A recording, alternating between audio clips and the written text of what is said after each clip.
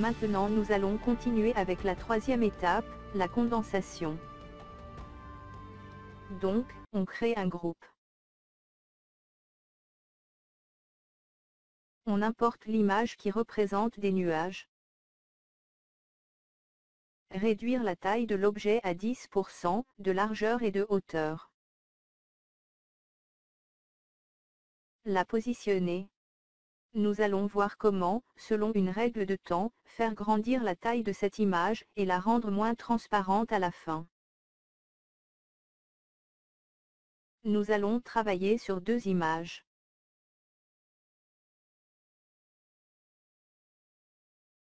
Voilà. Donc réduire la transparence du premier nuage à 25%.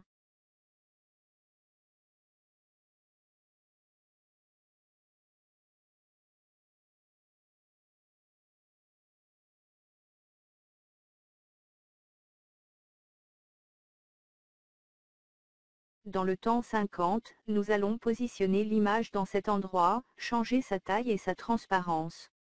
25% de grandeur et 100% de transparence.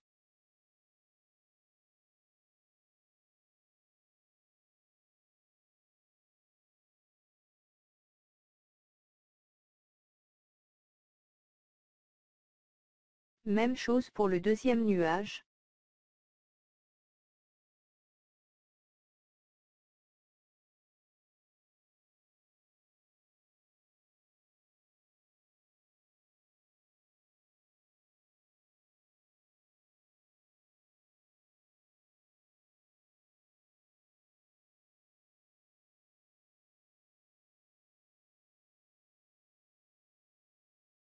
Une fois fini, nous allons revenir à l'écran de base et procéder la même chose en stoppant l'animation dans le temps 30 et cacher l'objet du groupe dans le temps 31.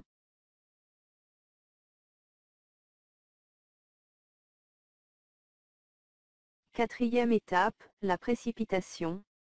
Donc, comme toujours, créer un groupe et importer l'image qui représente la pluie. Il s'agit d'une image transparente que nous allons dupliquer deux fois.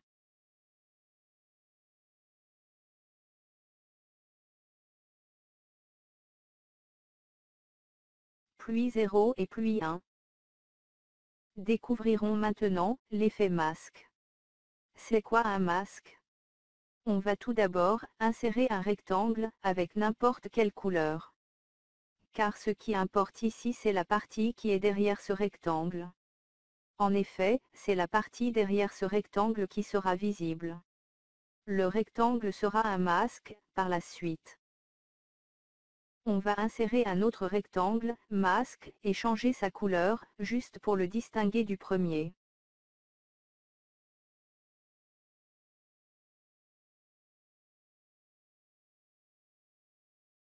Le premier masque bleu, pour la pluie 0. On doit tout d'abord mentionner ici que ce rectangle est le masque de l'image pluie 0.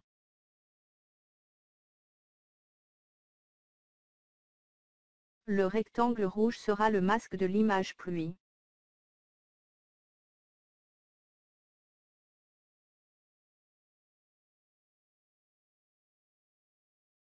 Maintenant, nous allons représenter l'effet de la pluie qui tombe. Pour ce faire, on doit, dans le temps 0, faire remonter les deux images un peu en haut. Et, dans le temps 30, par exemple, faire descendre les deux images un peu en bas. Importons l'image des nuages.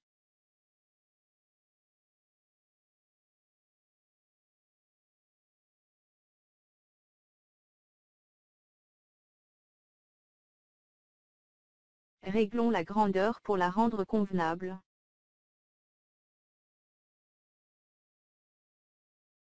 Dupliquons cette image, et surtout, il faut positionner les deux images au-dessus des rectangles. Car vous allez voir à la fin que la pluie apparaîtra que dans la partie derrière les rectangles. Comme nous l'avons fait, pour tous les groupes, retournons à l'écran de base et stoppons l'animation. Mais dans ce cas, dans le temps 40. Et, la cachons dans le temps 41. Cinquième étape, le ruissellement et l'infiltration. Donc, il faut créer un groupe. Importer la gouttelette d'eau, qui est dans le dossier images.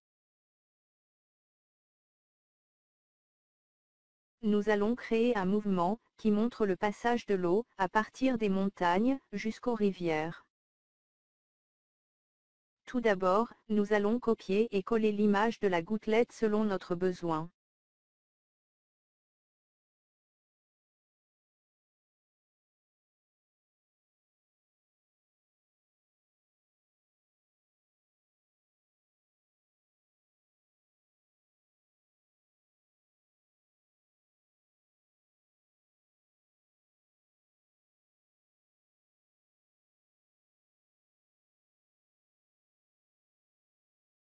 Après, on ira au temps 10 pour changer l'emplacement de toutes les gouttes d'eau et les faire avancer dans la direction de la rivière.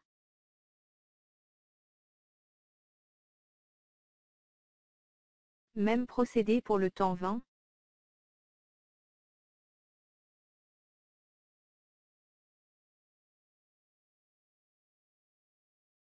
Pour le temps 30.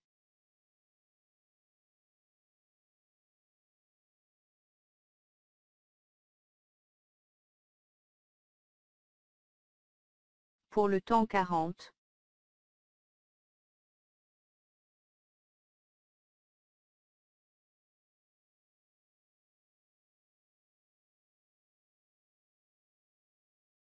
Pour le temps 50.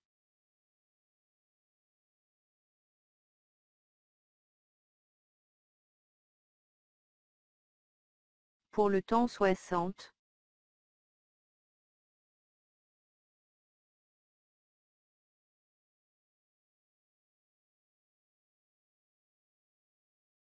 Et pour le temps 70.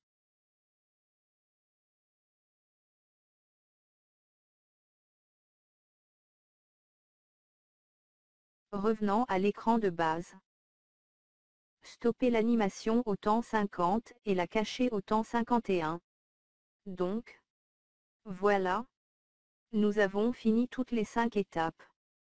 Maintenant pour boucler la totalité de l'animation, on doit créer une image au temps 60. Nous avons créé jusqu'à maintenant, d'une manière autonome, 5 groupes d'animation. Il va falloir relier ces 5 étapes par un bouton qui nous permettra de passer, de l'une à l'autre. Par conséquent, on clique sur le temps 0, puis, sur Créer un bouton ici.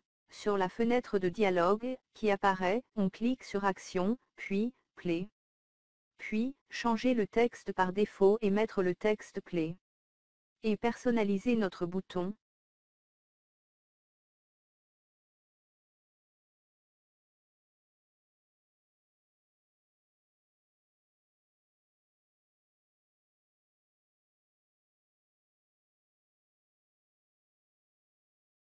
On pourra mettre suivant.